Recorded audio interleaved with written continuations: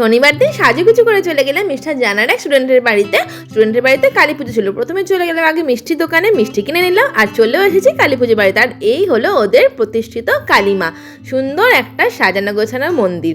তারপর নমস্কার করে চলে এলাম আমাদের পুচকির কাছে।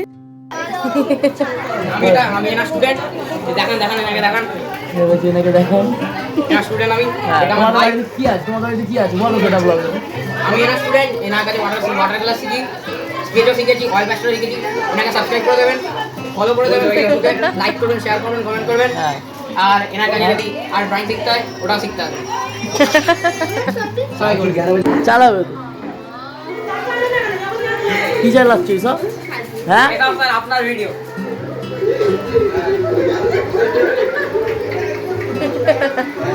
ওরা দুই ভাই বোনই মিষ্টা জানার কাছে ড্রয়িং শেখে। আমি যেই এসেছি আমার আসা মাত্রই ওদের টিভিতে আমার ভিডিও চালিয়ে ওরা তখন থেকে দেখেই যাচ্ছে। ক্রেয়ন কি কি এঁকেছো বলছি? কি এঁকেছো? ক্রেয়ন দিয়ে এঁকেছো? কি এঁকেছো? এঁকেছো তাই ইজি বিজি ড্রয়িং শেখার নমুনা দেখেছো? সারা দেওয়াল জুড়ে কিন্তু ইজি বিজি কেটে গেছে। তারপরে খেয়ে নিলাম একটুখানি ভেজ পকোড়া আর কফি। আর তারপরে আবারও সেই আমার ভিডিও দেখে ওরা হাততালি দিচ্ছে, আমার বেশ ভালোই লাগে। তারপরে অনেকক্ষণ গল্প করে চলে এলাম খেতে। পড়ে গেছে নান, ছোলার ডাল আর আলুর দমও আছে। তারপরে দেখা হয়ে গেল আমাদের বুকু রানীর সঙ্গে। বুকুও এসেছে আর ওকে বললাম দাঁড়া, খেয়ে উঠে তোর সঙ্গে গিয়ে কথা বলছি। আর শেষ পাতে পড়ে গেল চাটনি, পাঁপড়, রসগোল্লা আর সন্দেশ।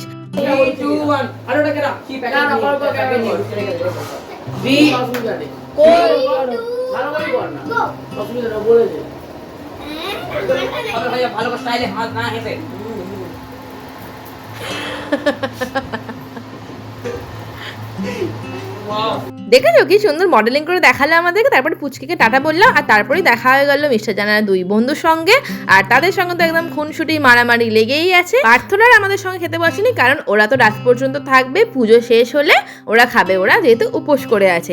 তারপরে ওদেরকেও টাটা বললাম। এদিকে আমরা খুঁজছি সৌরিনকে, মানে মিষ্টার জানার স্টুডেন্টকে। এই যে দেখতে পেয়েছি সৌরিনকেও টাটা বললাম, ও আমাদের টাটা বলে দিল। আজকে সন্ধ্যেটা দারুণ কাটালাম। একটু আসতে লেট হয়েছে ঠিকই, শনিবার দিন যেহেতু ক্লাস থাকে। আর তারপরে বুকুও চলে গেল বুকুর বাড়িতে, আমরাও চলে এলাম আমাদের বাড়িতে। নেক্সট ব্লগে আবার দেখা হবে, ততক্ষণের জন্য টাটা, তোমরা ভালো থেকো।